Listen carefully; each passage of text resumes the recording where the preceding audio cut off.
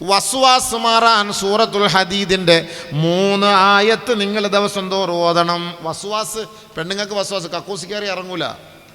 വസ്വാസ് 3-4 bucket വെള്ളം തീർന്നാലും ഇറങ്ങൂല. വസ്വാസ് അത്. ഒരു ബക്കറ്റ് വെള്ളത്തിൽ നബിയും ഭാര്യയും കുളിച്ചു.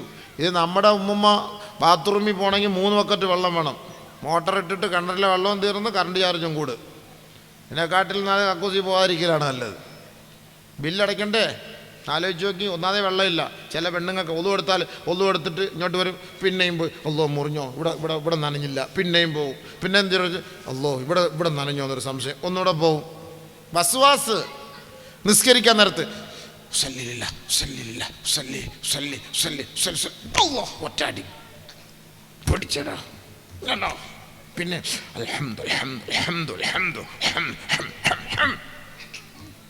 ഇത് കൊറോണയുടെ ചുമയാ. ചില ആളുകൾക്ക് നിസ്കരിക്കാനൊക്കെ അടുത്ത്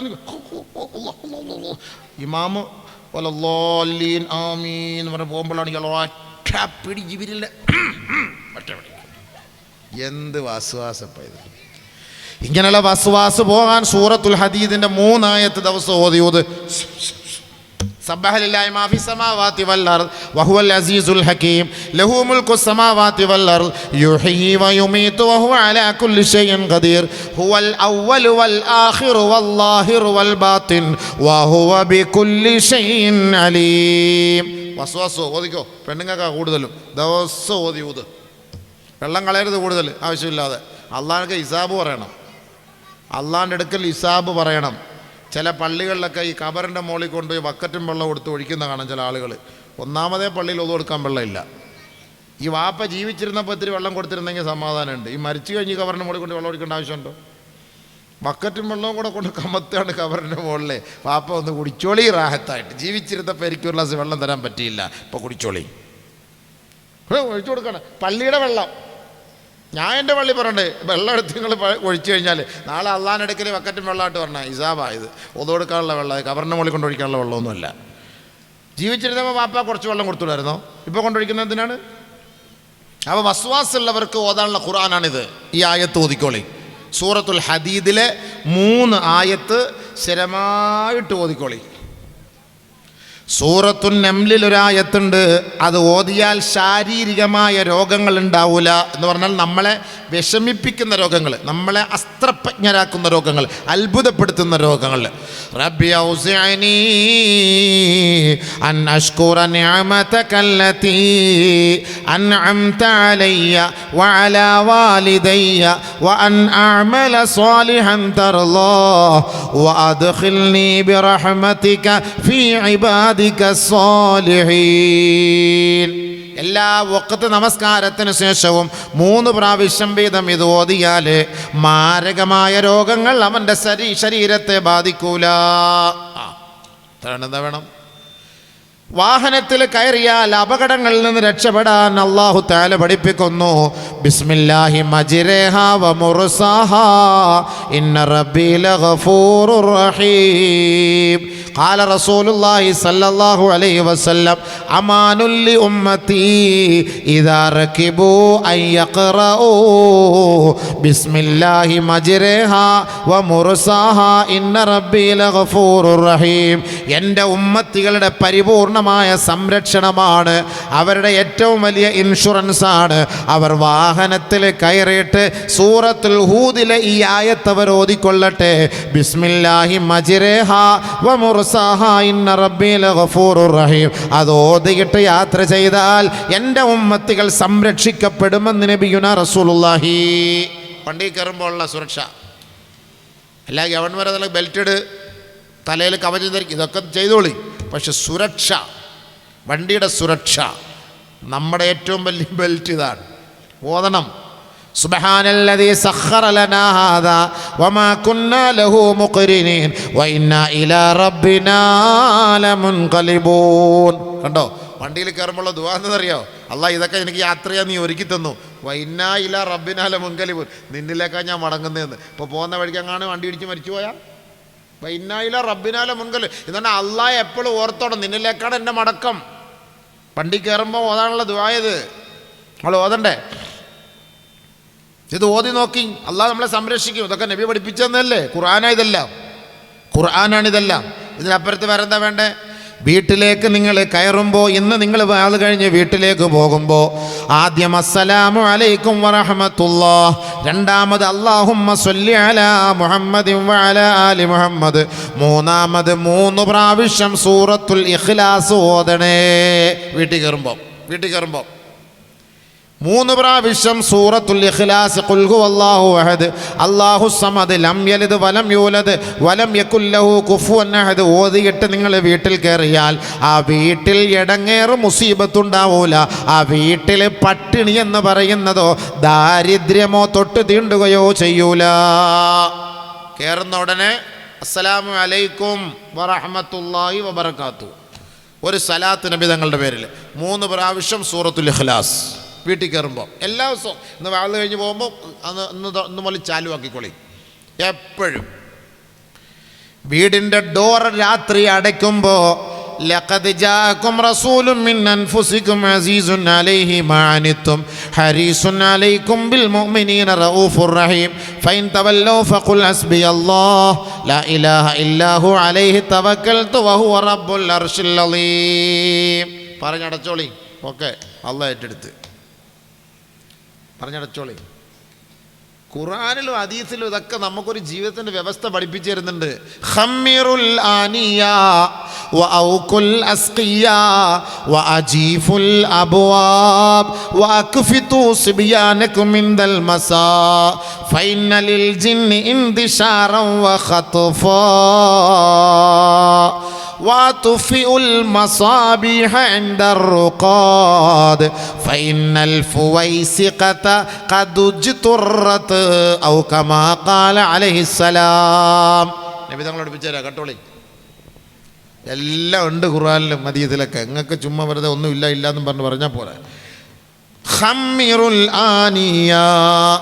നിർത്താറായ ഉസ്താദേ? ആയില്ല, ഇല്ലയോ? നിർത്താറായില്ല. ഉറക്കം വരുന്നോ?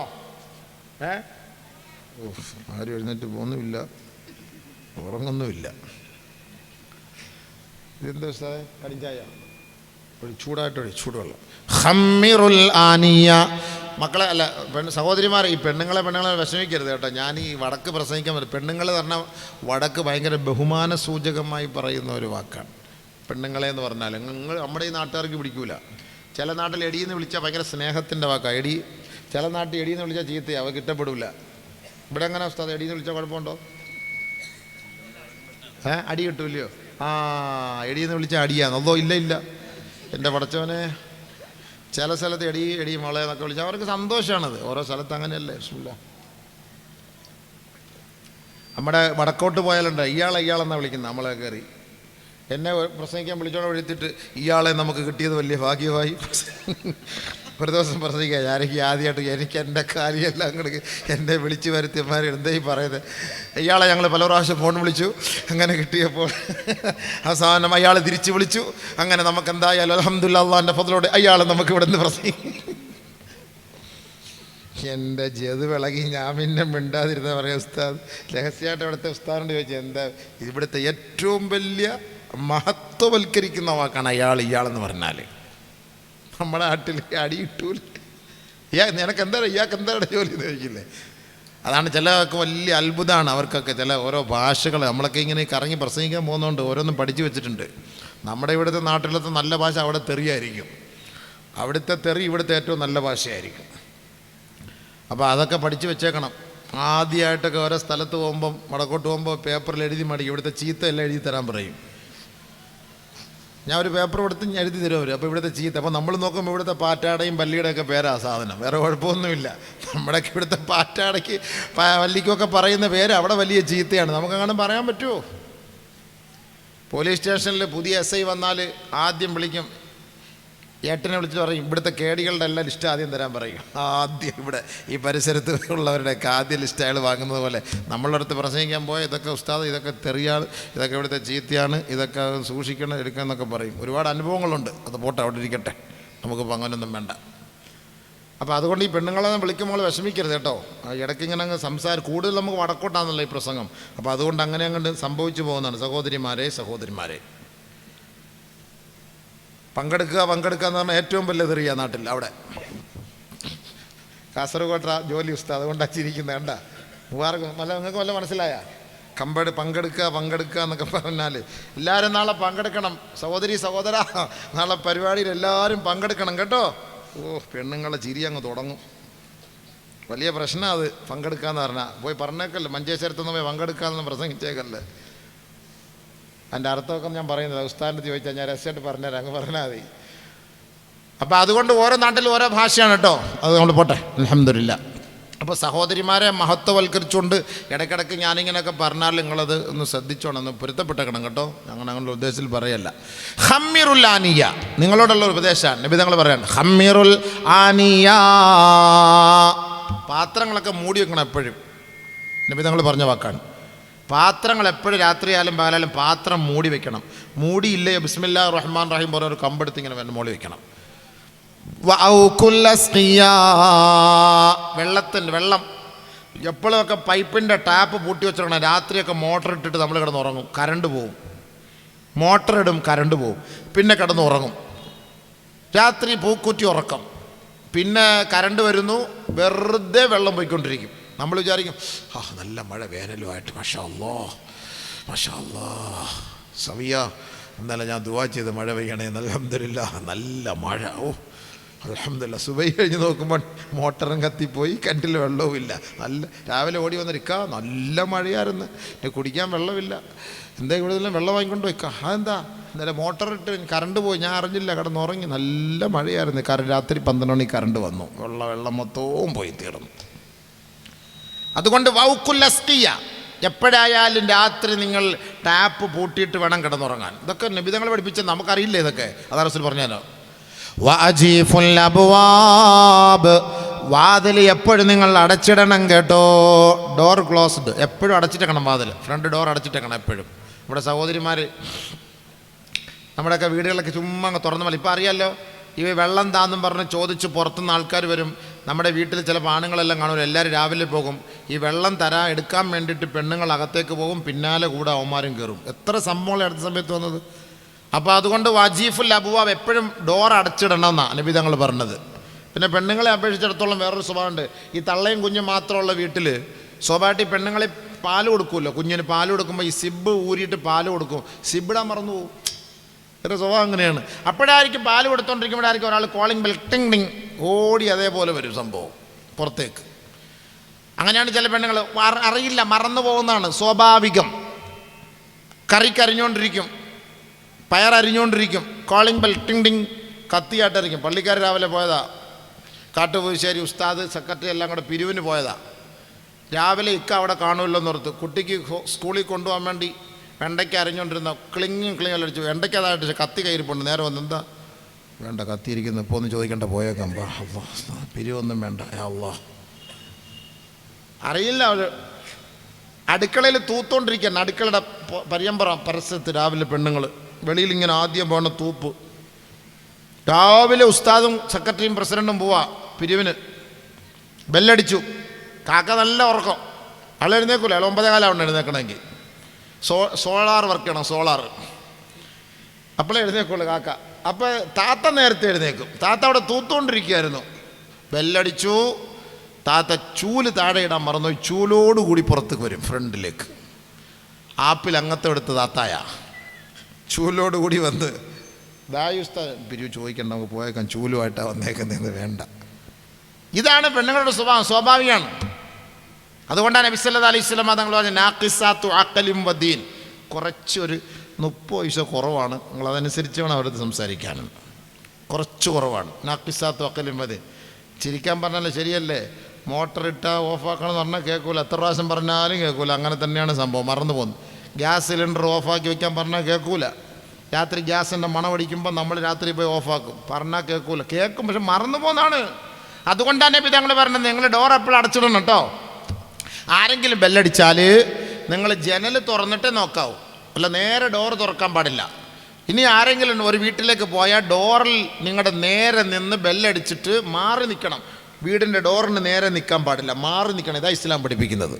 അവർ ഏത് കോലത്തിലാണ് വരുന്നത് നമുക്കറിയില്ല. ഒരു വീടിൻ്റെ ഉള്ളിലേക്ക് എത്തി നോക്കാൻ പാടില്ല. ആരെങ്കിലും അനധികൃതമായ ഒരു വീടിൻ്റെ ഉള്ളിലേക്ക് എത്തി നോക്കിയാൽ അവൻ്റെ കണ്ണ് കുത്തിപ്പൊട്ടിക്കാൻ ഇസ്ലാമിൽ അനുവാദമുണ്ട്. എത്തി നോക്കാൻ പാടില്ല. ചില ആളുകളുണ്ട്, ഒരു വീട് തുറന്നിട്ടാൽ ഒരു വീട്ടിലേക്ക് പോകുമ്പം കയറി അകത്തേക്ക് പോകും, ബെഡ്റൂമിലേക്ക് കയറി പോകും. പക്ഷേ ഒക്കെ വാപ്പ കിടക്കുന്നതായിരിക്കും, ഉമ്മ കിടക്കുന്നതായിരിക്കും, അവരുടെ കവറത്ത് അങ്ങോട്ടും ഇങ്ങോട്ട് മാറി കിടക്കൂലേ. നമുക്ക് സ്വാതന്ത്ര്യവും സ്വാധീനം ഉണ്ട് എന്ന് കരുതിയിട്ട് നേരെ ബെഡ്റൂമിലേക്ക് അങ്ങോട്ട് കയറിപ്പോലെ ഒരിക്കലും നല്ലതല്ല. സംസ്കാര ശൂന്യം, ഒരിക്കലും അത് പാടില്ല. അതുകൊണ്ട് നബി തങ്ങൾ പറഞ്ഞു, വാജീഫുൽ അബ്വാബ്, വാതിൽ എപ്പോഴും നിങ്ങൾ അടച്ചിടണേ.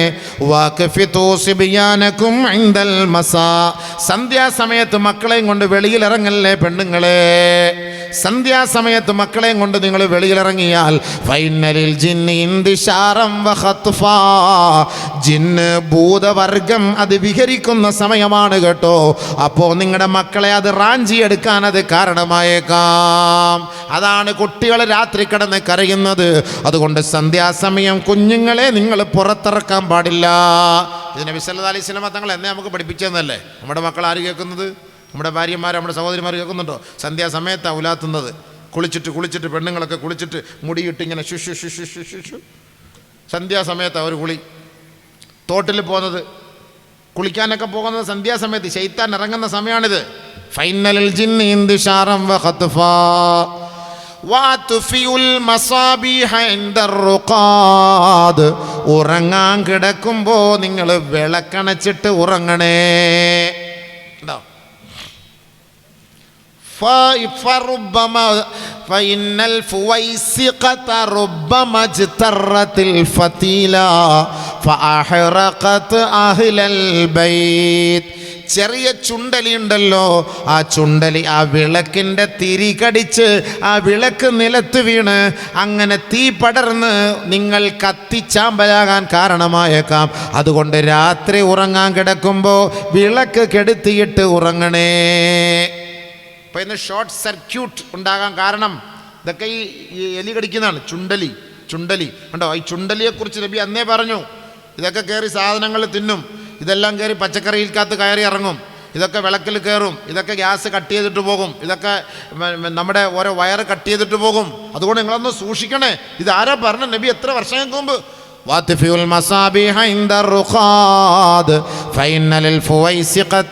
ഫഇന്നൽ ഫുവൈസിഖത റബ്ബമ ജ്തറത്തിൽ ഫതീല ഫഅഹറഖത് അഹ്ലൽ ബൈത്ത്.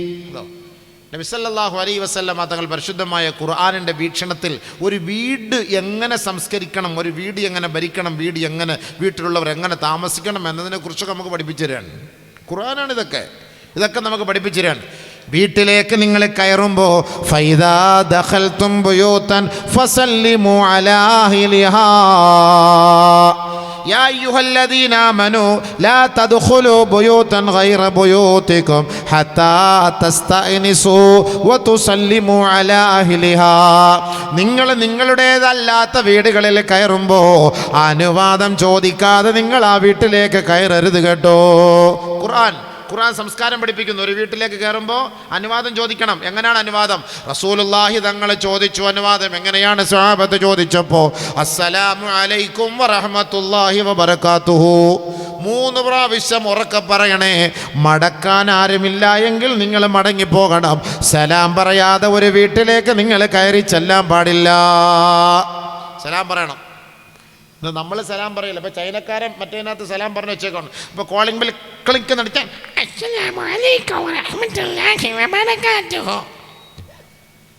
കറക്റ്റാ, പറ്റടി അടിച്ചാൽ മതി, സലാമായി.